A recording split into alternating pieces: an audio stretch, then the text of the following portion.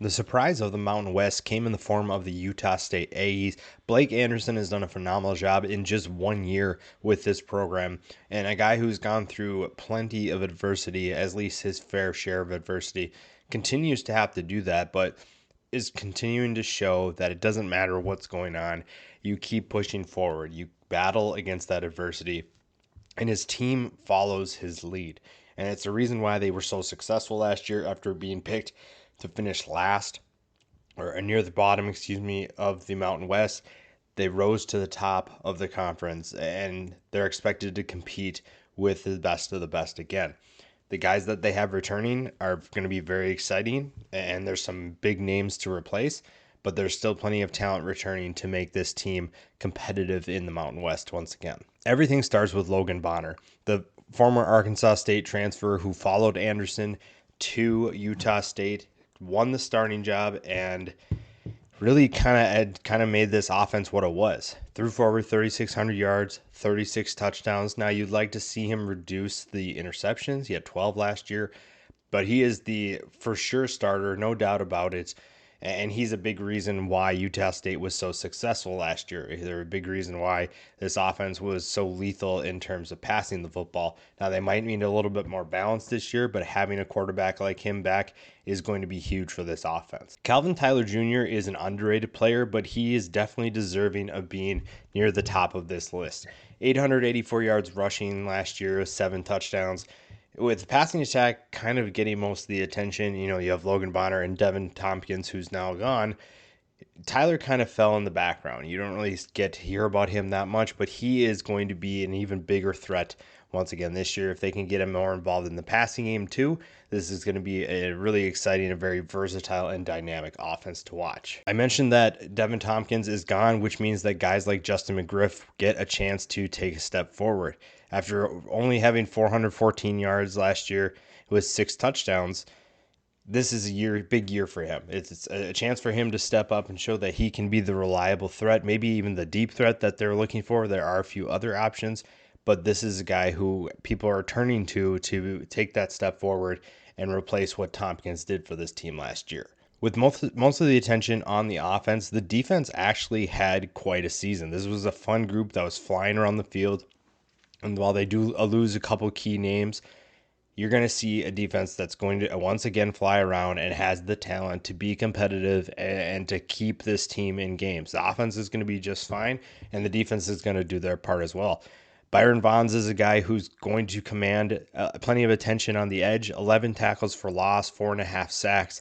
He is an exciting player to watch. And when you look at what they have returning on the defensive line or even in just the front seven, it's a dangerous team, one that's going to be tough to block and will have a big impact in 2022. Patrick Joyner is another option on the edge for Utah State's defense. 7.5 tackles for loss, 3.5 sacks, just right behind Vaughns in terms of production. This is a duo that I think is super underrated, one that's going to have the potential to rise up and take a step forward in their development and have a bigger impact this year. And teams are going to have to figure out, how do you block both edges? You better have 2 good tackles against this team, because if you don't, you're in for a long day. Alfred Edwards is the veteran of the offensive line, and Logan Bonner really appreciates that. It's one of the reasons that he was so successful last year, because he was able to have time to throw the football. Didn't have to worry about pressure, didn't have to worry about guys getting in his face. He was able to make a lot of good throws because he was given time to throw.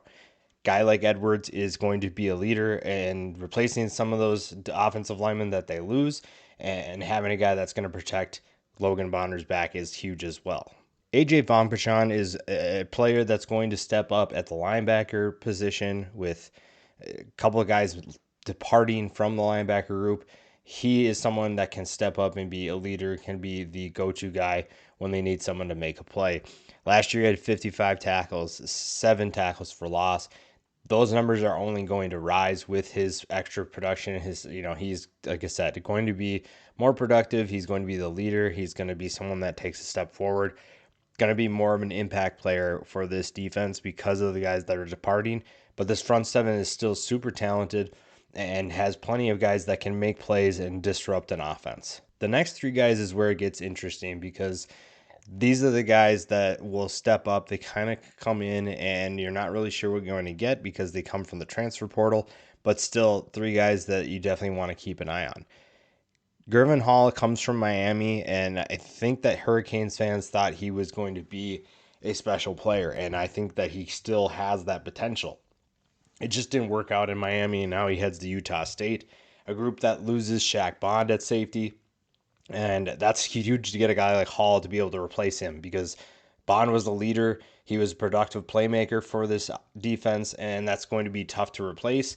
And you get a guy like Hall who's super talented. In 2019, he had 66 tackles, 3.5 tackles for loss, 2 sacks, 3 passes defended, 1 pick. He can do it all. He's that versatile player that you can get on your defense to be able to make plays and do kind of a little bit everything around the field.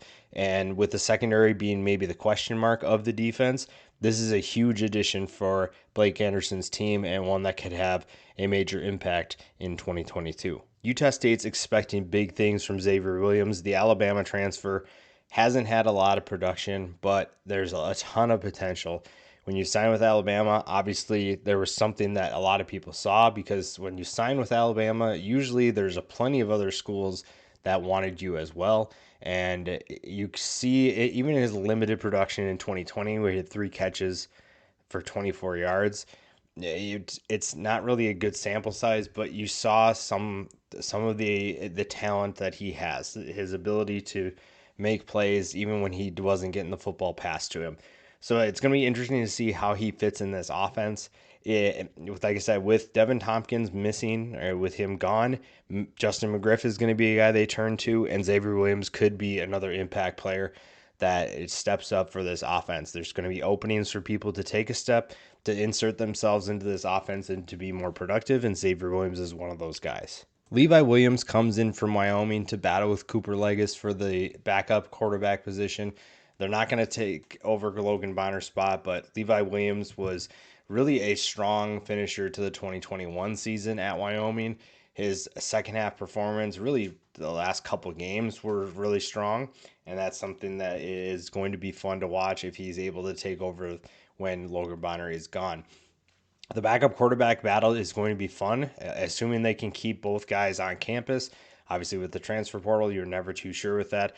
But Levi Williams is a dual threat that can add some great value. Maybe looks a little bit different than Logan Bonner or Cooper, but you're going to find that he's a good fit and brings this offense some talent that you really will like having. Utah State's in a good position. They might have been the surprise team last year. They're not going to sneak up on anybody this year, so that presents another challenge. How do you do that with a target on your back? How do you do it when teams know what you're capable of? And it's going to be fun to see what they can do with the talent they have returning. And if they're able to make another run, that's going to be very impressive.